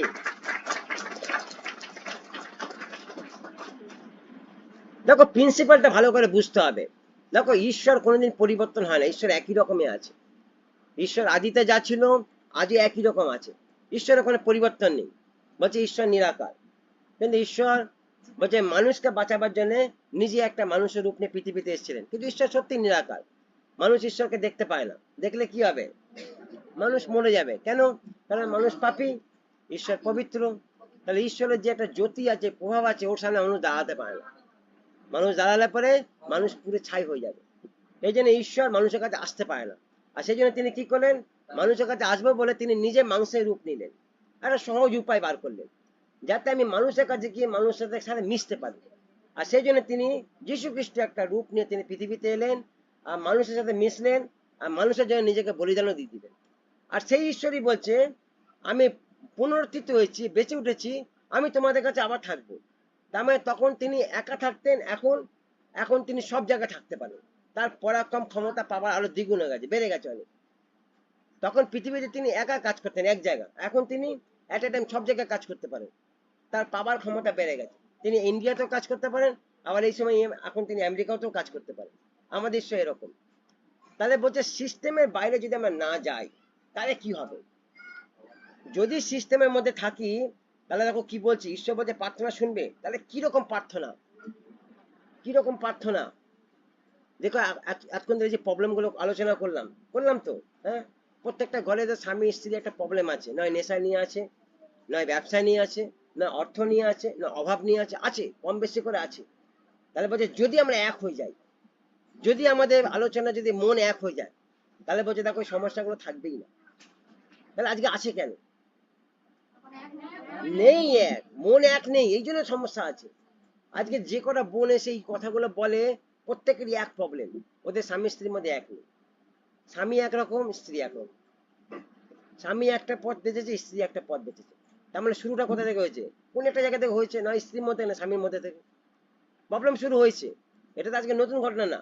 হঠাৎ করে স্বামী বিগড়ে যেতে পারে না, হঠাৎ করে স্ত্রী বিগড়ে যেতে পারে না, এটা কখনো হতে পারে না। তার মানে কোন একটা জায়গা থেকে একটা কারণ শুরু হয়েছে, আর সেই কারণটাই এত বড় জায়গায় নিয়ে এসছে। তাহলে ওই কারণটাকে মেরে দাও না, তাহলে ঝামেলা শেষ হয়ে যাবে। যদি তুমি শুরুর কারণটা জানতে পারো যে এটা থেকে প্রবলেম শুরু হচ্ছে, তো আমি এই প্রবলেমটাকেই মেরে দেবো, ওই কারণটাকে মেরে দেবো। দরকার পড়লে ক্ষমা চেয়ে নেবো। যদি প্রবলেম হয় এরকম, আমি স্বামীর কাছে গিয়ে ক্ষমা চেয়ে নেবো, বা স্বামীকে বলবো স্ত্রীর কাছে গিয়ে ক্ষমা চেয়ে নেবে, ঝামেলা শেষ। দেখো আমার একটা এরকম প্রবলেম ছিল, আমি এই কারণে তোমাকে এই কথাগুলো বলেছিলাম, আমার ভুল হয়ে গেছে, আমি বুঝতে পারিনি, আমি রাগের মাথায় তোমাকে এই কথা বলে ফেলেছি, চলো তুমি কিছু মনে করো। ছোট্ট একটা জিনিস, এইটুকুনি বললেই কিন্তু প্রবলেম সলভ হয়ে যায়। তার মানে হচ্ছে এইটুকুনি জায়গায় লোক আসতে পারছে না। তার মানে দেখেছো শয়তান কিরকম গ্রিপ করে রেখেছে মানুষকে। দেখো ছোট্ট নত হয়ে গেলে পরে তুমি কিন্তু সম্মান হারাবে না, বলছে তোমার সম্মান বাড়বে। তুমি যত নত হবে বলছে তত তোমার সম্মান বাড়বে। কিন্তু শয়তান মানুষকে ঢুকিয়ে দিয়েছে, তুই নত হলে পরে লোক তোকে নিচু করে দেবে, তোকে লোক ছোট করে দেবে, তুই সমাজের চোখে ছোট হয়ে যাবি, তুই ভীতু হয়ে যাবি, লোক তোকে কমজোর বলবে। এটা শয়তান মানুষ ঢুকিয়ে দিয়েছে। আর সেই জন্য মানুষ নত হতে পারে না, সবাই একটা হেঁকড়ি নিয়ে বসে আছে। আমি এই, আমি সেই, আমি পয়সাওয়ালা, আমার এই ক্ষমতা, এই একটা হেঁকড়ি নিয়ে বসে আছে। কেউ কার কাছে ছোট হতে চাইছে না। আর সেই জন্য সমাজের মধ্যে দুষ্টতা বেড়েই চলেছে, ঘরের মধ্যে দুষ্টতা বেড়েই চলেছে। বৌমা বৌমা শাশুড়ির প্রবলেম, ননদ বৌদির প্রবলেম, দেওর বৌদির প্রবলেম, ভাই ভাইয়ের প্রবলেম, বাপ ছেলের প্রবলেম, মা মেয়ের সব এক জিনিস। কেউ কারোর কাছে দুটো কথা যদি বলে দেয়, সামনে ঝামেলা শেষ হয়ে যায়। মা কিছু মনে করো না, আমি ভুল করে ফেলেছি, আমার অন্যায় হয়ে গেছে। মা, বাবা তুমি কিছু মনে করো না, ভুল, এই এই দুটো কথা বলছি, এইটুকুনি শোনার জন্য মা বাবা অপেক্ষা করে থাকে। এইটুকুনি কথা, যে আমার ছেলে খেলা আমার কাছে এসে একটুখানি বলে, বাবা কিছু মনে করো না, আমি একটা ভুল করে ফেলেছি, তোমাকে একটু রাগের মাঝে দুটো কথা বলে ফেলেছি, তুমি কিছু মনে করো না। এইটুকুনি কথা শোনার জন্য মানে মা বাবা অপেক্ষা করে থাকে। বলে এইটুকুনি কথা সন্তানরা বলতে পারে না। আবার উল্টে মা বাবাদেরকে বলছে যে সন্তানদেরকে অনেক সময় মা বাবারা এমন দুটো কথা বলে ফেলে যে সন্তানরা বিগড়ে যায়। যা তুই মরে যা, যা তুই গলায় দড়ি দে, তুই আপদ, তুই তুই সেই, এমন রাগের মা দুটো কথা বলবে। অনেক সন্তানরা মানে আঘাত লাগলে এমন ভাবে কাউকে কিছু বলে না, পাশের ঘরে গিয়ে জীবনটাই শেষ করে দিবে। মাধ্যমিক এই নাম্বার নিয়ে এসছিস, পাশের বাড়ি দেখ মেয়েটা first class first division pass করেছে, তোকে পড়িয়ে তাহলে কি লাভ হলো? তোর জন্য আমার এত পয়সা খরচা হয়ে গেল, তুই বেকার, তুই তুই সেই। আর ও চেষ্টা করেছে, পারিনি, ঠিক আছে পরের বছর হবে, চিন্তা করার কি আছে? জীবনটা চলে যাচ্ছে না তো, ও তো মরে তো যাচ্ছে না, পরের বছর পরীক্ষা দিবে, ভালো নাম্বার পাস করেছো, এখন ব্যাপার না, জীবনে হার জিত থাকেই, মানে উৎসাহ দাও। কিন্তু অনেক জায়গায় মা বাবারা আছে এমন বাচ্চাদেরকে টিচ করে যেন কি একটা ক্ষতি করে বসে গেছে একদম, মানে জীবনটাই মানে শেষ, আর ও জীবনে কিছু করতে পারবে না। আর এই কারণে বাচ্চাদের মনে আঘাত লাগে। আর মেবি প্রতি বছর পরীক্ষা, আমরা এই জন্য প্রার্থনা করেছিলাম যে প্রতি বছর উচ্চ মাধ্যমিক পরীক্ষার পরে কত বাচ্চাদের মৃত্যুর খবর শুনতে পায়, নয় বিষকে মরে গেছে, নয় রেলে কাটা পড়ে গেছে, নয় গলা দড়ি দিয়ে দিয়েছে। এখন এগুলো তো অনেক বন্ধ হয়েছে। আমরা এই বিষয়ে নিয়ে প্রার্থনা করেছিলাম যে প্রভু যেন এই জিনিসগুলো যেন ডেমনিক এই কাজগুলো যেন বন্ধ হয়। এখন তো এগুলো শুনতে পাই না। নাহলে আগে মানে মাধ্যমিক আর উচ্চ মাধ্যমিক রেজাল্টটা পরেই খবরের কাগজ পড়লেই পরে সকালে একটা না দুটো এরকম খবর পাবোই। এখন এগুলো শোনা যায় না। তাহলে বলছি এগুলো কে কে নিয়ে আসছে, এগুলো কে ঢোকাচ্ছে মাথার মধ্যে এগুলো? আরে সব শয়তানের খেলা। ছোট্ট ছোট্ট বিষয় দেখো, আমরা যদি একটুখানি যদি নিজেকে বুঝতে পারি, দেখো বড় প্রবলেম কখনো হবেই না, যাবেই না বড় প্রবলেমের দিকে। কিন্তু বলছে মানুষ আজকে এই ছোট্ট ছোট্ট বিষয় বুঝতে পারছে না বলে প্রবলেম বড় হয়ে যাচ্ছে। আর এর জন্য কি হচ্ছে, বলছে আজকে কোর্টে গিয়ে দেখবে পারিবারিক সমস্যার এরকম বড় বড় মানে ফাইলে পাহাড় লেগে গেছে। ছোট্ট ছোট্ট বিষয় ভাই ভাই মিল নেই, কোর্টে কেস করে দিয়েছে। বাবার সম্পত্তি অধিক, বাবাও সেরকম, ছেলেও সেরকম, দুজনে মিল খাচ্ছে না, কোর্টে কেস করে দিয়েছে ছোট্ট ছোট্ট বিষয় নিয়ে। তাহলে বলছে দেখো উপায় আছে, সলিউশন আছে। কি বলছে এখানে, দেখো দুটো মানুষকে দিয়ে পরিবার তৈরি হয়, স্বামী স্ত্রী, নর আর নারী, এখান থেকে শুরু বলছে পরিবার। তারপর তাদের বয়স বাড়ে, পৃথিবীতে অনেক রকম ক্যারেক্টার আছে। একটা বাবার অনেক ক্যারেক্টার আছে, সে কারোর ছেলে হয়, কারোর বাবা হয়, কারোর কাকা হয়, কারোর জ্যাঠা হয়, আবার বয়স বেলা দাদু হয়ে যায়, অনেক রকম ক্যারেক্টার নাম থাকে। কিন্তু বলছে এগুলো কতক্ষণ, যতদিন বেঁচে আছে, মরে গেলে সব ক্যারেক্টার শেষ। তাহলে এগুলো যে মানুষের একটা একটা তৈরি জিনিস, কিন্তু ঈশ্বরের কাছে সেটা মানুষই। ঈশ্বরের দৃষ্টিতে সে নরই, ওই ক্যারেক্টারটা কোনো ফ্যাক্টর করে না, কর্তব্যটা ফ্যাক্টর করে। তোমার একটা কর্তব্য আছে, কর্তব্যটা পালন করো, এটা ফ্যাক্টর করে, ক্যারেক্টার ফ্যাক্টর করে না। বাবা আছে, বাবা একটা কর্তব্য আছে, পালন করো। তুমি দাদা, দাদার কর্তব্য আছে, পালন করো। তুমি স্বামী, স্বামীর কর্তব্য পালন করো। এটা তো করতেই হবে। তাহলে বলছে একটা মানুষের 3-4টা ক্যারেক্টার থাকে। তাহলে বলছে ক্যারেক্টার গুলো একটা জায়গাও থাকে, বয়স বেড়ে গেলে সেখানে একটা জায়গা চলে যায়, পরিবার বেড়ে যায়, সংখ্যা লোক সংখ্যা বেড়ে যায়, তখন তাদের একটা বোঝা চলে আসে। তাহলে যত দিন যাচ্ছে কি হচ্ছে, যত দিন যাচ্ছে বলছে মানুষের দায়িত্ব বেড়ে যাচ্ছে। তাহলে মানুষের দায়িত্ব বাড়লে কি হয়, মানুষ তখন কি করবে, দায়িত্ব ছেড়ে পালিয়ে যাবে? না, দায়িত্ব ছেড়ে পালাবে না। তাহলে বলছে দায়িত্ব কখন, বলছে এটা স্বামী স্ত্রী মিলেই দায়িত্ব পালন করবে। তার মানে এক কথা বলছে যে সব জায়গা, জীবনের শুরু থেকে যেদিন থেকে যখন একজন অপরজন হাত ধরে, যে আমরা একসাথে সারা জীবন এটা বিয়ের সময় আমাদের কমিটমেন্ট করা হয়, যতদিন তুমি বেঁচে থাকবে তুমি তাকে অস্বীকার করতে পারবে না, দুজনকে দিয়ে পালন করা। তোমার যতদিন আমরা বেঁচে থাকবো আমরা একজন অপরজন হাত ধরে থাকবো। তাহলে বলছে যতদিন বেঁচে থাকবো আমাদের দায়িত্ব আমরা পালন করব, দায়িত্ব আমরা ছেড়ে দেবো না। তাহলে বলছে যে কোন একটা জায়গা, যে আমাদের মধ্যে একটা জিনিস ঢুকে গেছে, আমি একা কর্তৃত্ব করবো। আর এই কর্তৃত্বটা কে ঢুকিয়েছে, বলছে ওই ঢুকিয়েছে। দেখো হবা পারতো তো, ওইটা ডিল করতে পারতো, হবা বলতে পারতো যে আমি না, আমি জানি না এগুলো, আমি আমার স্বামীকে ডেকে নিয়ে আসছি, তুমি ওর সাথে কথা বলে নাও, ঝামেলা মিটে যেত। আদম তো জানতো প্রিন্সিপালটা, আদম ডাইরেক্টলি বলতো আমার পিতা আমাকে বলে গেছে এটা খেতে না, খাবো না আমি, তুমি কে হে? কিন্তু ও শয়তান ওকে এমন ভাবে একটা প্রলোভন দেখালো, আরো বলো এটা আমি নিজে একা বুঝে নেবো, আদমের দরকার নেই। তার মানে আদম হবার কাছে সেই কর্তৃত্ব দেখাতে পারেনি, ওই জন্য হবা আদমকে পাত্তা দেয়নি। আদমেরও দোষ ছিল। আদম যদি প্রথম থেকে তার জায়গায় দেখাতে পারতো আমি তোমার হেড, তুমি যা কিছু করবে আমাকে বলে করবে, কিন্তু আমাকে না বলে করবে না, ওই অস্থির অস্থির মাংস মাংস দেখে আদম সব ভুলে গেছে। বুঝতে পারছো, সুন্দরী বউ দেখে আদম ভুলে গেছে, ও যে হেডশিপ, ওর যারা দায়িত্ব আছে ও ভুলে গেছে। মানে মানুষ তো ওখানেই ফাঁসে তো, সব সৃষ্টি তো সুন্দর বানিয়েছে। হ্যাঁ মানুষ ওখানেই ফাঁসে, মানুষ সুন্দর হইতেই ফাঁসে। মানুষ বোঝে না এগুলো, ও যে একটা কর্তা, ও যে হেড, ও সেটা বোঝে না। তাহলে বলছে বাড়ির মাথা যদি ঠিক না থাকে তাহলে বাড়ির সবকিছু গন্ডগোল। বুঝতে পারছো, মানুষের মাথায় ঠিক না থাকে, মানুষ কালকে কি বলবে, পাগল বলবে, পুরো শরীর পাগল হয়ে যাবে। হেডশিপ তো মেন, হেড গন্ডগোল মানে পুরো শরীর গন্ডগোল, কোনো কিছু ঠিকঠাক কাজ করবে না, হাত পা চোখ মুখ কোনো কাজ করবে না।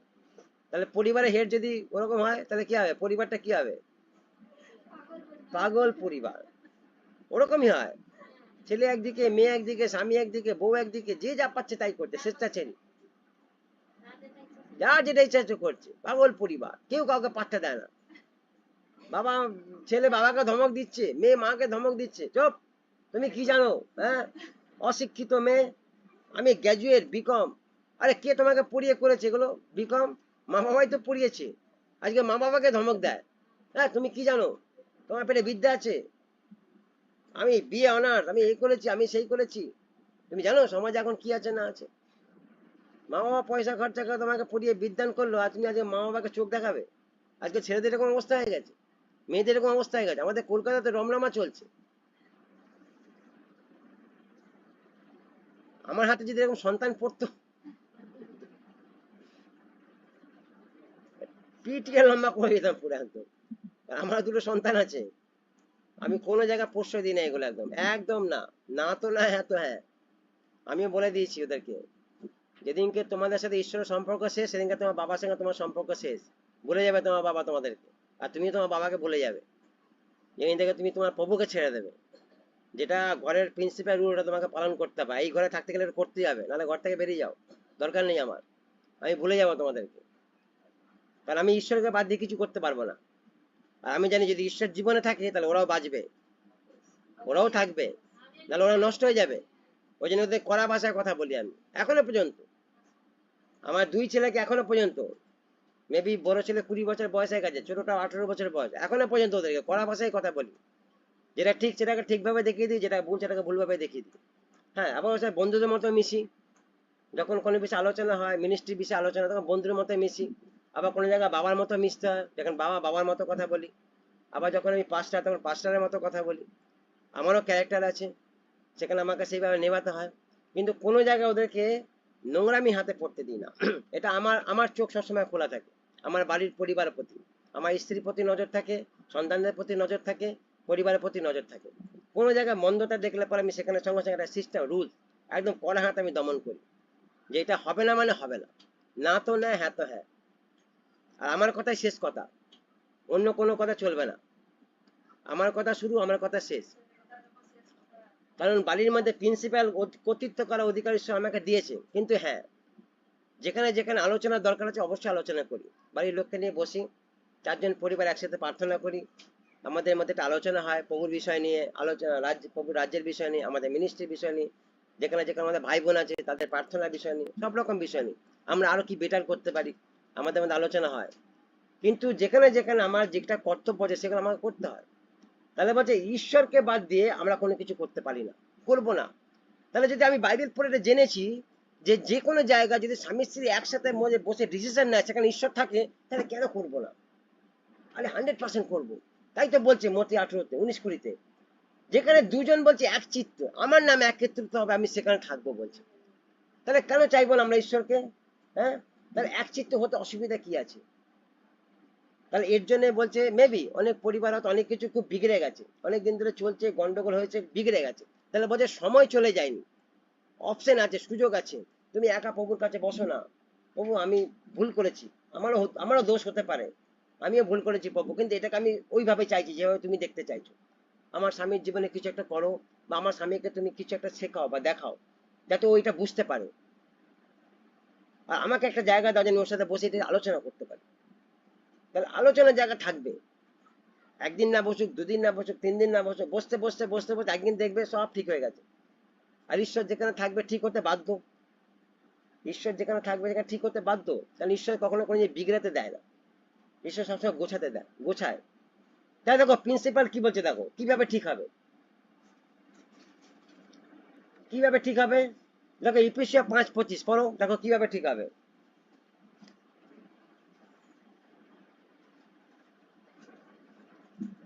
বলেছে, হ্যাঁ পড়ো। এখানে বলছে, হ্যাঁ। স্বামীরা হুম। তোমরা আপন আপন স্ত্রীকে সেইরূপ প্রেম করো, হুম। যেমন খ্রিস্ট ও মণ্ডলীকে প্রেম করিলেন, হুম। আর তাহার নিমিত্ত আপনাকে প্রদান করিলেন। এই দেখো, ভালো করে শোনো, ব্যাপারটা বোঝো। দেখো এখানে বলছে স্বামীরা তোমার নিজ নিজ স্ত্রীকে কিভাবে প্রেম করতে বলছে। যেমন খ্রিস্ট, কার সাথে তুলনা করেছে? খ্রিস্ট খ্রিস্টের সাথে মণ্ডলী। হ্যাঁ, তাহলে মণ্ডলী কে? আমরা আমরা খ্রিস্টের কে? স্ত্রী বা আরে কে মণ্ডলীকে কি বলেছে ভাই? তার মানে অ্যাকচুয়ালি কি বলছে, মণ্ডলী কে? খ্রিস্টের দেহ। হ্যাঁ, তাই তো বলেছে মণ্ডলী কে। খ্রিস্টের দেহ, তার মানে স্ত্রীকে ভালোবাসলে কাকে ভালোবাসবে? দেহকে আরে ভালোবাসে, নিজের দেহকে ভালোবাসবেন, তাই তো বলছে। খ্রিস্ট মণ্ডলীকে ভালোবাসলে কাকে ভালোবাসছে? খ্রিস্ট নিজেকেই ভালোবাসছে তো। আর ওই প্রিন্সিপালটাই তো বলছে স্বামীরা স্ত্রীকে প্রেম করো। তাহলে স্ত্রীকে প্রেম করলে কাকে প্রেম করবে? নিজেকেই প্রেম করবে। তখন কি শেখাচ্ছে? যেমন খ্রিস্ট মণ্ডলীকে প্রেম করলো, তাহলে মণ্ডলীকে খ্রিস্টের দেহ, তাহলে খ্রিস্ট যদি মন্ডলীকে প্রেম করছে, কাকে প্রেম করছে? খ্রিস্ট নিজেকে প্রেম করছে। তাহলে স্বামী যদি ওই ওই ওই কাজটা করে, তাহলে কাকে প্রেম করবে? আর লাস্টে কি বলছে? আপনাকে প্রদান করলেন। তার মানে বলছে তোমরা এক, নিজেকে মানে একে অপরের কাছে উজাড় হয়ে যেতে বলছে। তোমার যেন কোনো জিনিস স্ত্রীর কাছে গোপন না থাকে, আর স্ত্রীর কোনো জিনিস যেন পুরুষের কাছে গোপন না থাকে। যেই গোপন রাখবে বলছে শয়তান ওখানে সন্দেহ ঢোকাবে। দেখো এখানে যে শয়তানের খেলা, ভালো করে বোঝো। কেউ কারো উভয়ের কাছে কোনো জিনিস গোপন রাখবে না। যে যা কিছু আছে বলছে একসাথে বসে আলোচনা করো, কিন্তু খোলাখুলি থাকো। তাহলে বলছে একটা বিশ্বাস থাকবে, আর সেখানে সন্দেহ কাজ করবে না।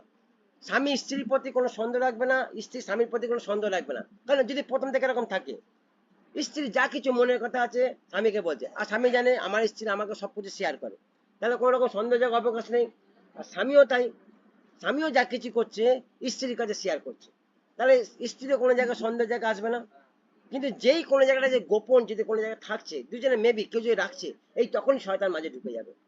আর ও ঢুকে কি করাবে? ও সন্দেহ ঢুকিয়ে দেবে। আর সন্দেহ হচ্ছে খুব ভয়ঙ্কর জিনিস। সন্দেহ বলছে এর কোনো রোগ নেই, এর কোনো ওষুধ নেই। এ তোমাকে এমন জায়গায় নিয়ে চলে যাবে যে তুমি পুরো বিনাশের জায়গায় দাঁড়িয়ে আছো, একটু ধাক্কা মারলে তোমার জীবন শেষ। সন্দেহ একটা রোগ বলছে, খুব ভয়ঙ্কর জিনিস। আর এর খেলা হচ্ছে মেন, এর পান্ডা হচ্ছে শয়তান। ও প্রত্যেকটা পরিবারের মধ্যে এটাকে ঢুকিয়ে দিতে চাইছে। স্বামী স্ত্রীর মধ্যে সন্দেহ, ভাই বোনের মধ্যে সন্দেহ, মা বাবার মধ্যে সন্দেহ, মা মেয়ের মধ্যে সন্দেহ। আর এই সন্দেহের বীজ বুনতে বুনতে একটা বিশাল একটা সমস্যা দাঁড় করাচ্ছে। আদৌ জিনিসটা কিছু না, আদৌ জিনিসটা কিচ্ছু না, কিচ্ছু না, একটা ভোকাস জিনিস। কিন্তু আমি এটা সন্দেহ করেছি, আর তাকে সন্দেহের বসে তাকে আমি অনেক কিছু বলে দিয়েছি। তুই চোর, তুই ডাকাত, তুই অমুক, তুই তমুক, তুই হ্যান, তুই ত্যান, আমি অনেক কথা বলে ফেলেছি। আর সে ভাবছে এই দেখো আমি তো কিছুই নেই এরকম, আমাকে অকারণে এত কথা বললো, ঠিক আছে আমি হয়ে দেখাবো, চলো তাহলে আমি হয়ে দেখাবো। হ্যাঁ, এবার হয়ে গেল সত্যিকারে। তাহলে ঘটনা কি ঘটলো? ও ওরকম ছিল না, তাহলে আমি ওকে করে দিলাম এরকম। হ্যাঁ, সন্দেহের বসে। দেখো শয়তান কি খেলা খেলে। পরিবারের মধ্যে প্রত্যেকটা জায়গায় ঢুকে গেছে, এই করে করে পরিবার নষ্ট করছো। তাহলে বলছে কোনো জায়গা নিজেদেরকে গোপন রেখো না, বিশেষ করে স্বামী স্ত্রীর জায়গা। সব সময় স্বামী স্ত্রীর জায়গা নিজেদেরকে উজাড় রাখো। দুজন দুজনের যা বিষয় আছে একসাথে বসে শেয়ার করো। ছোট থেকে ছোট জিনিস, বড় থেকে বড় জিনিস। দেখবে বিশ্বাসে, দেখো বিশ্বাসে একটা জিনিস শক্তযুক্ত হয় যে কোনো জায়গা। তুমি কোনো কাজ করো বিশ্বাসে, দেখো সেটা তুমি ফল দেখতে পাবে। হ্যাঁ, বিশ্বাসের ভিত বলেছে তো বাইবেল, বিশ্বাসটা কি ভিত বলেছে তো। আমরা যে কোনো বাড়ি তৈরি করি আগে ভিতটা শক্ত করি তো, ভিত শক্ত মানে বাড়ি শক্ত। তাহলে আমাদের জীবনের ঘর, মানুষের জীবনের ঘরে ভিত কোনটা? বিশ্বাস। তাহলে বিশ্বাস শক্ত মানে বাড়ি শক্ত, মানে আমাদের শক্ত হতে বলছে। তাহলে বিশ্বাস কোত্থেকে আসবে? বলছে একে অপরে, একে অপরে এক চিত্ত বলছে। যেখানে এক চিত্ত হবে সেখানে ঈশ্বর থাকবে, আর যেখানে ঈশ্বর থাকবে সেখানে বিশ্বাস থাকবে। শয়তান থাকলে বিশ্বাস থাকবে না তো। তাহলে ও ওইটাই তো চাইছে, যে তোমরা এক চিত্ত না হও। বুঝতে পারছো? ও ওইটাই চাইছে, যে কোনো পরিবারের মধ্যে যেন প্রভু থেকে এক না হয়ে যায়। এক হয়ে গেলে ওর প্রবলেম শুরু হয়ে যাবে। সবাই যদি এক হয়ে যায় তাহলে তোর খেলা বন্ধ হয়ে যাবে। হ্যাঁ, হ্যাঁ, ওর তো কোনো পরিবারে জায়গা পাবে না, সব ঘর থেকে ওকে বার করে দেবে। বুঝতে পারছো? ও তো ঘর থেকে বেরোতেই চাইছে না, ও চাইছে আমি ঘরে ঢুকে বসে থাকবো। আর ওই জন্য ও খেলা খেলেই যাচ্ছে, আর আমরা ওর সাথে আমরাও খেলে যাচ্ছি। তাহলে বলছে একটা জায়গা আমাদেরকে ভালো করে বুঝতে হবে। দেখো এখানে স্বামীদের কথা বললাম, এবার দেখো স্ত্রীদের কথা কি বলছে। দেখো দেখো স্ত্রীদেরকেও বলেছে। দেখো কলসীয় 3:19 পড়ো। কলসীয় 3:19 এখানেও স্বামীদের কথা বলছে, স্ত্রীদের সাথে যুক্ত করেছে, এখানেও স্বামীদের কথা বলেছে, পড়ো। স্বামীরা তোমরা আপন আপন স্ত্রীকে প্রেম করো, হ্যাঁ, তাহাদের প্রতি কটু ব্যবহার করিও না।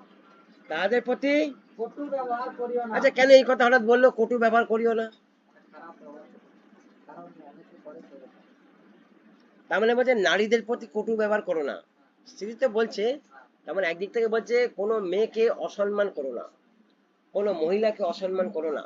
মানে মহিলা হচ্ছে ঈশ্বরের রূপ, পুরুষের রূপ মানে আদমের রূপ মানে মহিলা, তাহলে আদম কার রূপ? ঈশ্বরের রূপ তো। তাহলে মহিলা ঈশ্বরের রূপ, ঈশ্বরের সৃষ্টি। তাহলে বলছে তুমি মহিলাকে যদি অসম্মান করছো, তাহলে কাকে অসম্মান করছো? দেখো বলছে কটু ব্যবহার করো না। তাহলে কটু ব্যবহারটা কেন এসেছে বারে বারে, এই কথাটা কেন বারে বারে মেনশন করছে? স্ত্রীকে প্রেম করো, স্ত্রীর সাথে বাজে ব্যবহার করো না, কটু ব্যবহার কেন বলছে এগুলো? তার মানে ছিল ওই মন্ডলী তখন, এই সময় ছিল যখন পিতর এটা খুব মেনশন করছে। এটা তো আজকের লেখা নয়, পিতর তো লিখেছে, তার মানে এটাই সময় ছিল, এইগুলো প্রবলেম গুলো ছিল। স্যার কলসি ভিতর লিখেছে 3:19। না কলসি লিখেছে হ্যাঁ হ্যাঁ, পৌল সরি, পৌল লিখেছে। তাহলে বলছে তখন ছিল এইটা, এই প্রবলেম গুলো ছিল। তার মানে যে এটা নতুন প্রবলেম না। তার মানে তখনকার মন্ডলীর মধ্যেও স্বামীরা স্ত্রীদেরকে কটু ব্যবহার করতো, আর এটা মন্ডলীর কাছে খবর গেছিল। আর সেই জন্য পৌল একটা মেনশন করছে যে প্রেম এর থেকে মহান কিছু হতে পারে না। সবথেকে শ্রেষ্ঠ কি বলেছে? প্রেম প্রেমই তো। তুমি হিংসার দ্বারা কিছু জয় করতে পারবে? হ্যাঁ, পদালাপের দ্বারা কিছু জয় করতে পারবে? কটু ব্যবহারকে জয় করতে পারবে? লড়াই করে কি জয় করতে পারবে? কিচ্ছু করতে পারবে না। ঈশ্বর কি করে সবকিছু জয় করেছে? প্রেমে সবকিছু প্রেমের দ্বারা করেছে। বলছে মেরে ফাটিয়ে দিয়েছে, পুরো শরীর পুরো কিমা হয়ে গেছে, যীশু খ্রিস্ট পুরো ক্রুশে লটকে দিয়েছে। 3টে পেরেকের মধ্যে ঝুলছে একটা পুরুষের দেহ, বুঝতে পারছো? এটা কখনো সম্ভব না। 3টে পেরেকের মধ্যে একটা মানুষের শরীর ঝুলছে। একটা মানুষের শরীরে ওজন কত? 3টে পেরেকে ঝুলতে পারে না। তার মানে কিরকম পেন হচ্ছিল তখন তার চিন্তা করো। মেরে কিমা করে ফাটিয়ে দিয়েছে ওই ব্যাপার আলাদা, তার মধ্যে ঝুলছে এরকম 3 ঘন্টা ক্রুশের মধ্যে। আর তার মধ্যে থেকে কি বেরোচ্ছিল? কদালা বেরোচ্ছিল। হ্যাঁ, কি কথা বেরোচ্ছিল? হ্যাঁ, এক জায়গায় বলেছে কোনো খারাপ কথা যীশু খ্রিস্ট ক্রুশ থেকে? তখন চিন্তা করো কি ঈশ্বর আমাদের। আর আজকে আমাদেরকে কেউ যদি কোনো কথা বলে, আমাদের গা যেন জ্বালা পোড়া দিয়ে ওঠে। আমাকে এরকম বললি, কমরে কাপড়ে বেঁধে দেখ আমার ক্ষমতা, দেখবি দেখ, এই শুরু হয়ে গেল। তুই এ আমি বি, তুই 1 আমি 2, নে চল এবারে কে কত জলে আছে দেখ। তাহলে বলছি ঈশ্বর যখন সহ্য করতে পেরেছে, আমরা সহ্য করতে পারবো না? আরে 100% পারবো। একই ঈশ্বর তো আমাদের মধ্যে আছে। তাহলে বলছে লাস্ট অব্দি আমরা সহ্য করে যাব, লাস্ট অব্দি দেখে যাব, বাদ বাকি কাজ ঈশ্বর করবে। স্বামী বিগড়ে গেছে, স্ত্রী বিগড়ে গেছে, সব ঠিক আছে, কোনো প্রবলেম নেই, কিন্তু আলোচনা তো আছে, অধিকার তো আছে, কথাবার্তা তো আছে, ছাড়বো না। কেন নিজের অধিকার ছাড়তে যাব? কেন আমি নিজের ঘর ছাড়তে যাব? আমি ঘরে বসে আলোচনা করব, কি প্রবলেম আছে? এসো না, বসো না, বলো আমার কিছু বলো, আমি ক্ষমা চেয়ে নেবো। ঠিক আছে, আমার ভুল হয়ে গেছে, আমি ক্ষমা চাইছি। বলো তুমি কি চাইছো, বলো তুমি এটা চাইছো, ঠিক আছে চলো। কিন্তু না, প্রভুকে ছেড়ে দিও না। একসাথে বসে আমরা প্রভুর কাজ করব। এসো না, প্রভুতে এসো না, একসাথে বসে প্রভুর কাজ করবো। খারাপ তো কিছু না রে বাবা, আমি তোমাকে তো খারাপ কিছু করতে বলছি না, ভালো কাজ করতে বলছি। তো এসে দেখো না, একবার টেস্ট করে দেখো না। না ভালো লাগলে ব্যাপারটা আলাদা, কিন্তু এরকম আচরণ করো না।